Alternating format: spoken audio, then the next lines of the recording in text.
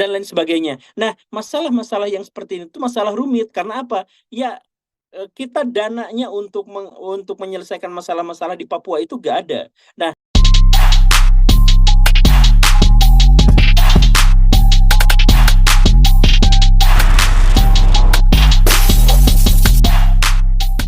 lanjut ke Pak Ronald Fernando, dipersilakan Pak Ronald untuk bertanya.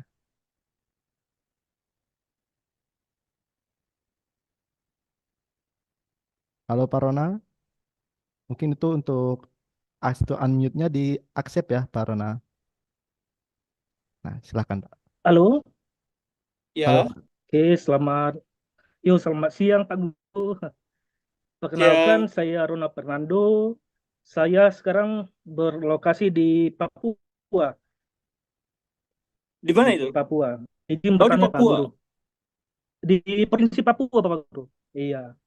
Eh, kita tahu kan Pak Guru, bahwasanya Papua itu tanah yang berisi emas, kaki yang tidak berhalas, di mana begitu banyak sumber alam yang yang yang banyak, namun tidak dikelola dengan baik. Contohnya, saya akan bercerita Pak Guru. Salah satunya ada di PT Freeport Pak Guru. Kebetulan saya memang salah satu tenaga ahli dalam penyusunan dokumen KLSD Kabupaten Daerah Pak Guru. Banyak masalah yang kami hadapi. Salah satunya PT Freeport Pak Guru, di mana limbah yang PT Freeport berikan kepada masyarakat itu mengakibatkan masyarakat itu mengalami sakit, air bersih yang kurang layak mereka terima, terus banyaknya timbul penyakit-penyakit yang seperti kudis, cacar dan lain-lain Pak Guru. Padahal untuk rumah sakit dari rumah sakit dengan permukiman masyarakat itu berlokasi sangat jauh Pak Guru. Yang kedua Pak Guru, ada salah satu kabupaten di kami itu Kabupaten Yalimu Pak Guru. Kebetulan itu salah satu kabupaten penghasil nanas dan durian terbaik di Papua ini. Namun kondisi jalan yang wajib ditempuh masyarakat menuju ke kabupaten itu, menuju kabupaten lain itu sangat sulit, di mana begitu banyak rintangan jalan yang sangat rusak, longseng tidak tidak kurung hilang dikarenakan terdapat perusahaan yang menebang hutan liar di kabupaten itu Pak Guru. Sehingga masyarakat mau ke kabupaten itu, contoh cuma 300 km, mau menempuh 4 sampai 5 hari Pak Guru. Padahal itu kalau bisanya jalan bagus mungkin tidak sampai 6 jam. Namun karena adanya penebang hutan yang sembarangan itu mengakibatkan jalan menjadi longsor Pak Guru. Ya, Dan memang di Papua ini memang untuk fasilitas yang dikasih negara memang kekurangan sekali Pak Guru. Contoh di Yalimo itu untuk uh, sinyal listrik itu masyarakat masih mengandalkan solar untuk menerangkan rumahnya. Padahal itu kabupaten yang sangat sangat sangat sangat banyak kondisi alam yang bisa diambil, bisa dimanfaatkan masyarakat untuk menghidupi kehidupannya supaya kesehatannya, pendidikannya mungkin semakin baik gitu. Oke. Baik. Halo? Ya. Ya Pak Guru, putus-putus jadi sinyal ya Pak Guru. Oh, halo? Padahal lancar loh. Lancar di Iya, sini. saya putus-putus Pak Guru. Oh, lancar ya? Lancar. Mungkin dari Pak Guru, mungkin solusinya bagaimana Pak Guru? Kami yang di pegunungan ini, di pegunungan Papua. Baik, saya ingin jelaskan ini masalah Papua itu memang salah satu masalah yang sangat-sangat rumit dan kita harus akui bahwa kesalahan pemerintah sangat fatal untuk menangani masalah Papua. Kita nggak bahas masalah yang konflik separatisme dan sebagainya, kita nggak bahas itu, tapi mari kita misalkan telah sedikit demi sedikit.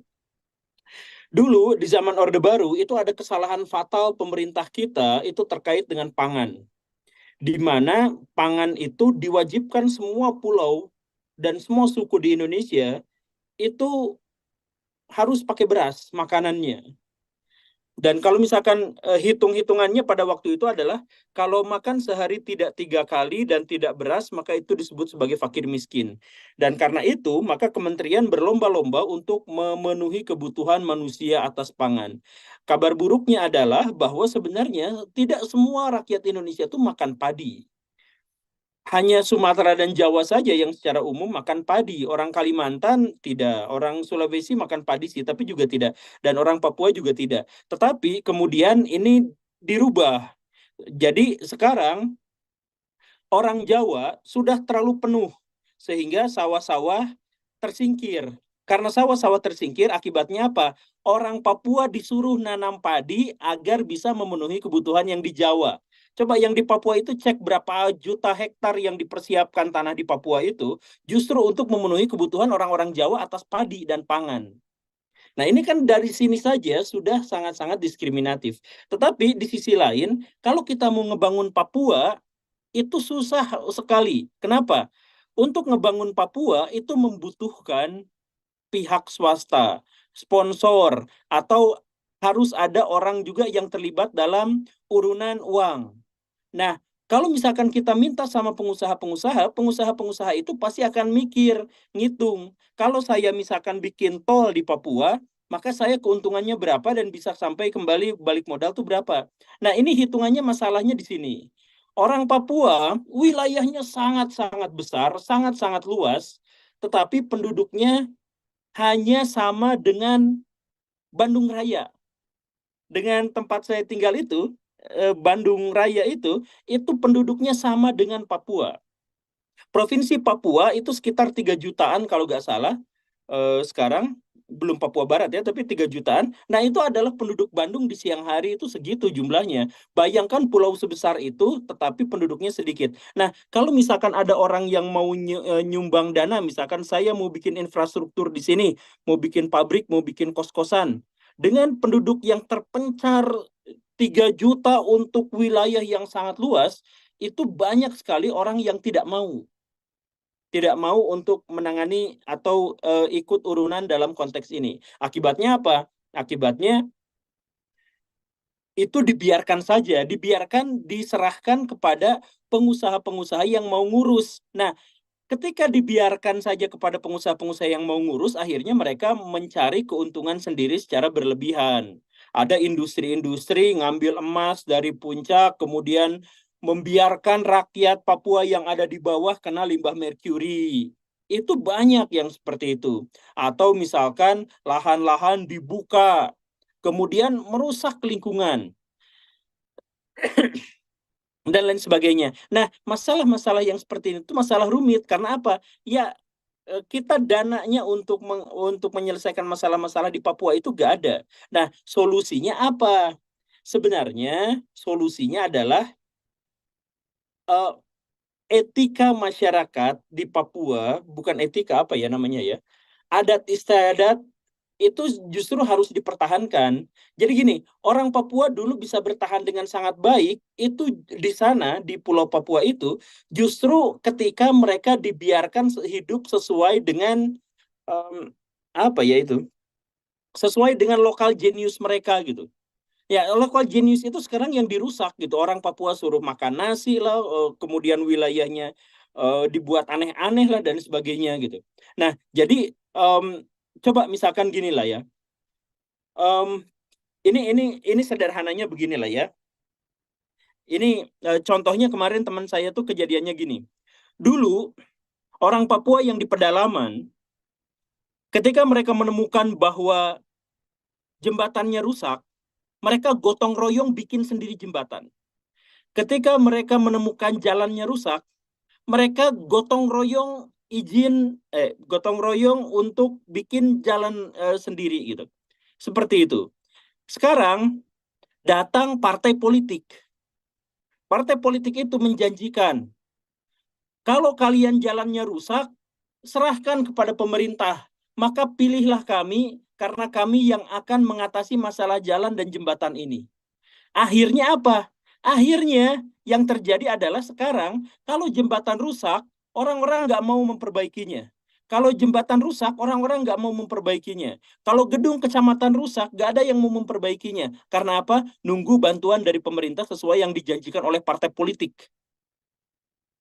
Kan begitu kan? Nah, jadi karena masalah seperti inilah akhirnya kita menjadi bangsa atau misalkan dalam konteks ini Papua menjadi bangsa yang tidak bisa beradaptasi karena dia dicekokin terus oleh para politisi itu untuk dimanjain. Pilih kami, nanti kami akan urusin ini. Pilih kami akan urusin ini. Semuanya aja seperti itu. Coba kembali ke kearifan lokal. Orang-orang Papua sejak dulu bisa mengatasi masalahnya sendiri. Mereka tidak pernah kelaparan. Mereka tidak pernah kekurangan apa yang mereka mau. Justru mereka kekurangan apa yang mereka mau ketika mereka diperkenalkan dengan handphone, diperkenalkan dengan apa. Jadi maksud saya adalah perkembangan kebudayaan masyarakat dan perkembangan kebudayaan manusia itu benar-benar harus sesuai dengan kondisi lingkungan yang ada. Kalau misalkan Papuanya seperti itu, biarkan mereka orang-orang Papua beradaptasi sendiri, biarkan mereka itu dukung mereka untuk berkembang sesuai dengan kemampuan mereka untuk berkembang. Jangan malah diintervensi dengan perusahaan-perusahaan besar, politikus-politikus yang akhirnya merusak etika, merusak apa ya kearifan lokal masyarakat Papua. Ya, saya pikir seperti itulah jawabannya. Tapi apakah ini jawabannya konkret? Ini jawabannya sama sekali tidak konkret. Karena sekali lagi masalah Papua itu adalah masalah kesalahan pemerintah di zaman dulu dalam memahami Papua gitu. Jadi sudah menjadi sangat kompleks gitu. Tapi intinya saya mengajak orang-orang Papua sama seperti orang-orang yang lain untuk kembali ke lokal genius mereka agar mereka bisa mengetaskan masalah-masalah mereka sendiri gitu. Terima kasih. Baik, terima kasih dan semoga kepada Pak Rona jawaban dari Pak Guru Gembul bisa menjawab keresahan Pak Rona Fernando. Baik.